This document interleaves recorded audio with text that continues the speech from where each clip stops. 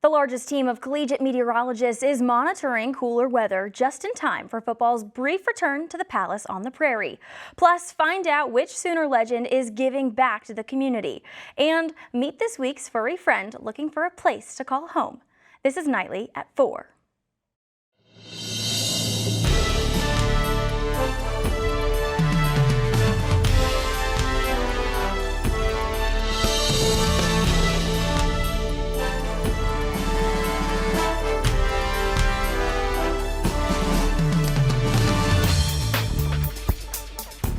Your campus weather authority is tracking a big cool down this weekend. Good evening, I'm Carolynn Liberta.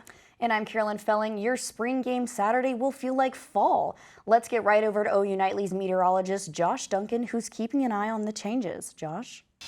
After a wild week of Oklahoma weather, we've got a big time cool down on the way. Can you believe it here as we're getting closer to May? This cold front has slid through to southern Texas, but the colder air is still lagging behind it. It's really up here in the northern plains still, but this is going to arrive by tomorrow. Again, just in time for the spring game. Right now, temperatures are pretty nice outside in the upper 60s and low 70s at 68 in Norman, 64 in Woodward, and Elk City checking in at 72 at the 4 o'clock hour. And as we go throughout the evening, temperatures falling through the 60s in Norman and into the upper 50s by 9 o'clock with winds light out of the north and northeast under 10 miles per hour. So great weather if you need to get outside to do any of your Friday night plans. And coming up, we're going to take a look back at the tornadoes that moved through on Wednesday, and we'll also focus some more on the cool down coming, some rain chances as well, and your spring game forecast. All of those details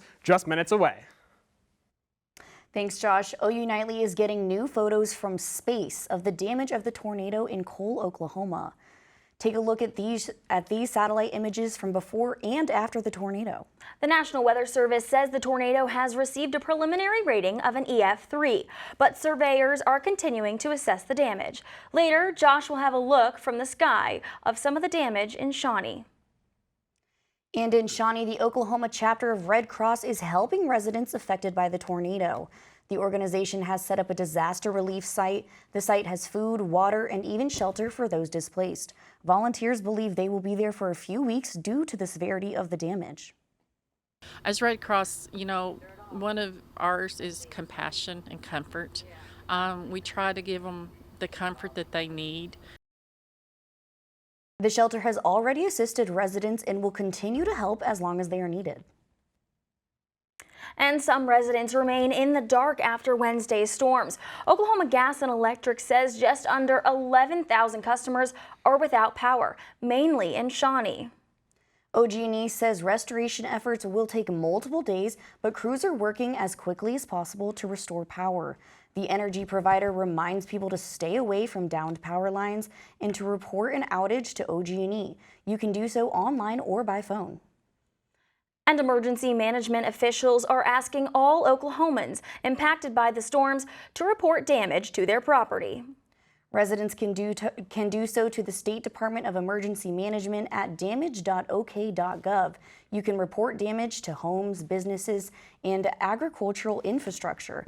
Emergency management officials say the reports help authorities understand the locations impacted, which helps coordinate the response and recovery.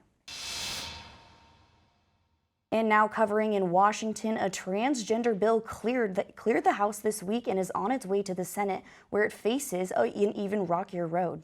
OU Nightly's Gabriela Tumani spoke with lawmakers from Oklahoma to get their opinion on the issue. She's live in Washington. Gabriela? That's right. I'm here outside the U.S. Capitol, where House Republican representatives voted to pass a bill that would bar transgender athletes from female sports teams. I spoke with members of the Oklahoma delegation to know where they stand on this issue. Take a look. The Protection of Women and Girls in Sports Act, which would prohibit transgender women and girls from playing on sports teams that align with their gender identity, passed the House of Representatives yesterday, highlighting Republicans' efforts to continue to push for legislation to bar transgender athletes' participation in school sports. Senator Mark Wayne Mullen believes individuals born as males competing in women's and girls' sports undermines women's rights protected by Title IX. It's not the same when you start allowing a male athlete who competed as a male all of a sudden decided he wants to transition to claim to be a female. Biologically, it doesn't change anything. He was still born as a male. Representative Kevin Hern also brought up Title IX to say it is important to protect women's rights in sports and to make sure they compete fairly against their opponents. I've been consistent on this from day one. We should protect women's rights. We fought, in this body right here many years ago for Title IX. We should be respectful of that, make sure that women are taken care of. As Title IX prohibits discrimination based on sex in education programs or activities that receive federal financial assistance, Oklahoma Republicans continue to argue competition is no longer fair if transgender students are allowed to play sports that are consistent with their gender identity. The White House issued a veto threat for the bill, and there's an expectation that the Democratic-controlled Senate will not further consider it. Reporting live in Washington, D.C., I'm Gabriela Tumani, OU Nightly. Thanks, Gabriela. Coming up on Nightly at 4, this week's Sooner Spotlight features a legend. Find out how he is giving back to the community through one local organization. And coming up, find out how you can protect your furry friends in severe weather. And which loving pup is looking for a new home in Pet of the Week.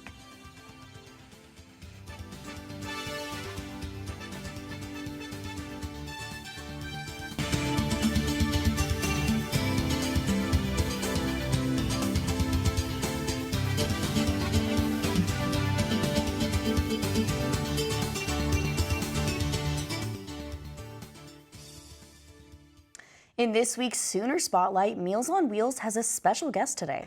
OU Nightly reporter Parker Abels is live at Topgolf with the latest. Parker? Here in Oklahoma City at Topgolf, former Heisman winner Baker Mayfield held his inaugural No Bogeys with Baker and Emily to benefit Meals on Wheels of Norman. Baker said he was excited to be back in the community and loves giving back to the city of Norman. It's important to me.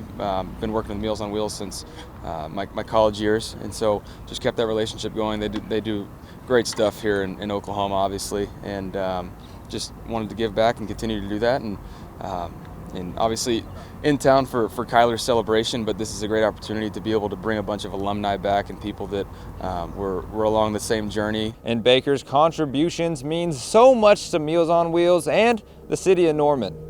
You've noticed all the inflation and higher grocery prices. That affects us too. We just experienced a 30% increase in the cost of our food, and we need to make $80,000 to make up for that difference compared to last year. And this event should do exactly that. And some of Baker's former teammates and Sooner legends stopped by to support Baker and the event. I mean, Baker is one of the most selfless people that I've ever met. You may get this image of him on the screen or on the football field, but in real life, whenever you meet the man, he's one of the most selfless, like I said. And, just to see what he's doing in the community, I'm always going to be here for him. I'm super proud of everything that he's doing, and this is such an amazing cause, so I'm just really happy to be here, and hopefully I can help make a difference as well. Just seeing what he's done for him has been great, and like I said, it's for a great cause, and so anytime you can come out here with all the former athletes and get the fans and support them, it's something special. You can catch Baker and Norman tomorrow for the OU football spring game. Reporting live from Topgolf in Oklahoma City, Parker Abels, OU Nightly. Thanks, Parker. And still quite a bit of sunshine out there right now, but coming up, this scene is going to be much different in the week ahead. We're tracking more clouds, more rain chances, and much cooler weather. We'll time it all out with your 7-day forecast coming up after the break.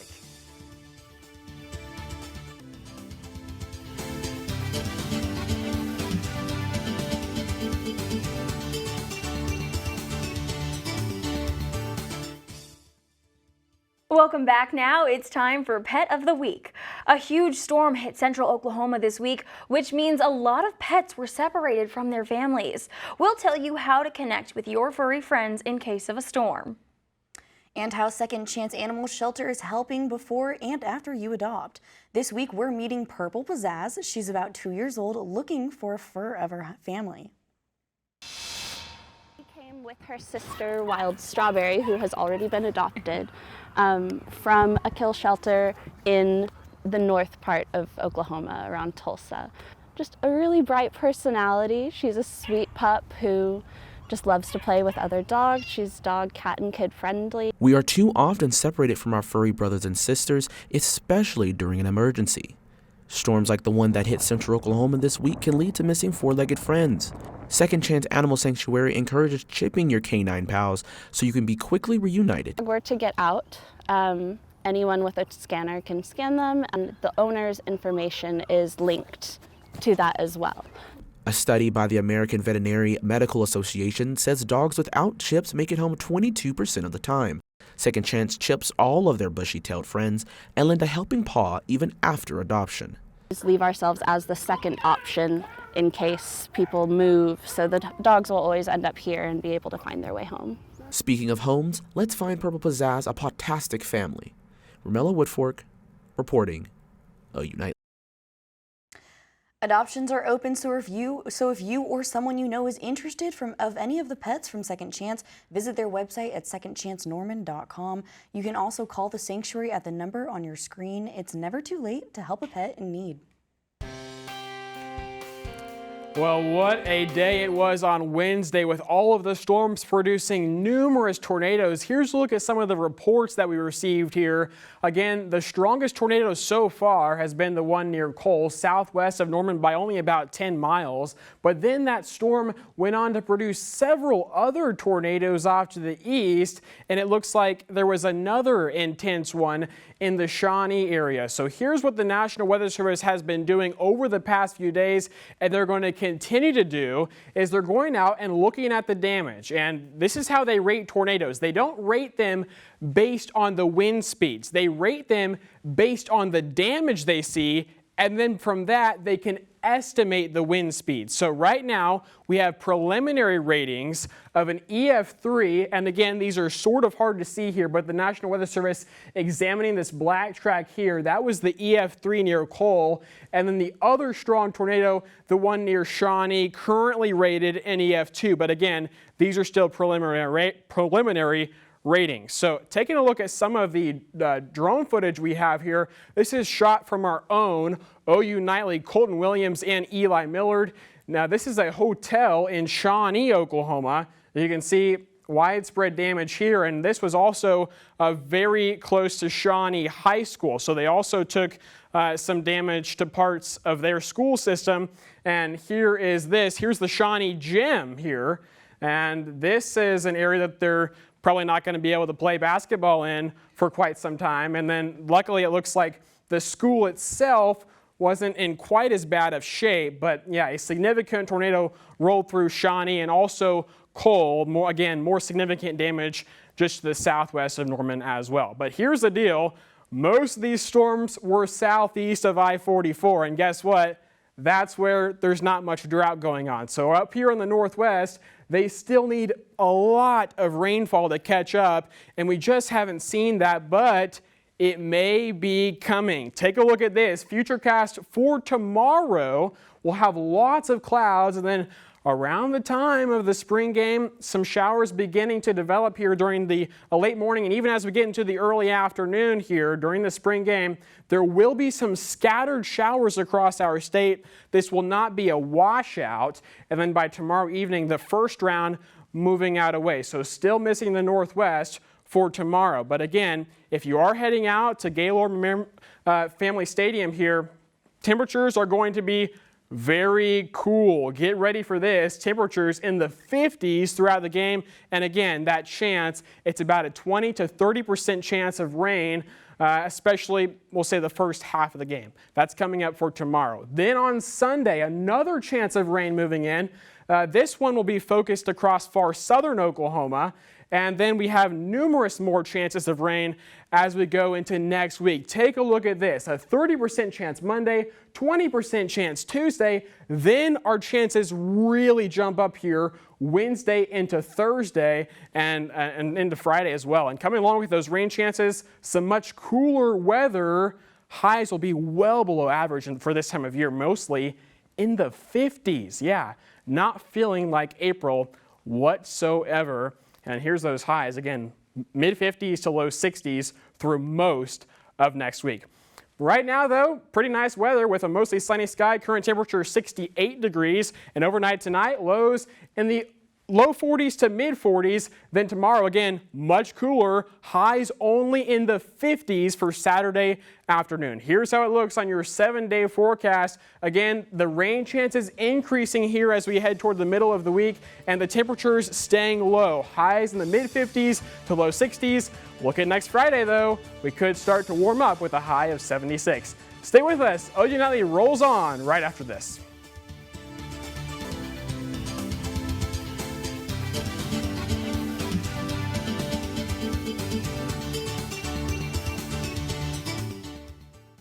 Happening tonight, the Legacy Park concert series kicks off in University North Park in Norman. The city of Norman says concert goers can expect electrifying performances from Mad Honey and Keithley. Mad Honey is a local rock band and Keithley is a talented singer-songwriter. The performance starts at 7 p.m. The next performance is scheduled for May 19th. And up next, we have our caught on camera videos of the week, with the first video showing you that you don't always need your hands to catch a criminal. Khandros has the story. Thanks, ladies. For our first caught on camera video, we have a pizza delivery driver who helped nab a crook on the run. Taking place out in Pennsylvania, the video shows a delivery driver tripping a suspect as he runs from police. Tyler Morrell, the brave driver, saw the quick-paced situation and acted fast without even having to use his hands. Officers were then able to capture and arrest the suspect with the pizza still being delivered safely. And our next video is a real knockout as we see a high school wrestling match take a turn for the worse. 14-year-old Cooper Corder got punched in the face by his opponent after winning their school's wrestling match. As we can see, Cooper goes to put his hand out to shake, only to be met with a sucker punch. Thankfully, Cooper is okay with only some minor injuries, but the angry opponent is facing some serious assault charges. And our last video is one that shows a cute showstopper making its way down a very different runway. In the video, we can see a sloth photobombing a rocket launch out in French Guiana. A recent South European Space Agency showcased the launch of its new rocket on its mission to Jupiter. But that wasn't what everybody was watching. The adorable sloth caused a storm on social media, with everyone in awe over its moment of fame. And that's all we have for you guys today. Back to y'all at the desk. Thanks, Paris. Tomorrow is Earth Day, a day of action and recognition for a clean and healthy environment. The day started as a movement in the late 70s as a way to address environmental concerns. Every year on April 22nd, groups work to create global, national, and local policy changes for the environment. There are many ways you can help the environment, even in small ways like picking up trash or even recycling. And Earth Day is being celebrated around the metro tomorrow. Yeah, Catherine, the fun starts in Oklahoma City. OKC's beautiful Scissortail Park will be hosting Earth Day Fest at the Love's Travel stop in Great Lawn. Educational activities will take place in conjunction with the OKC Farmers Market in the park. And the fun runs from 9 a.m. to 1 p.m. And in Norman, the city is hosting Earth Day Festival at Reeves Park on Sunday. Organizers say music and family-friendly activities will take over the park in celebration of this special day. There will also be face paintings, and the event starts at noon on Sunday, lasting until 5 p.m., and it's free to attend. And that's all we've got for this edition of Nightly at 4. OU Nightly at 4:30 starts right after this message. Have a great night.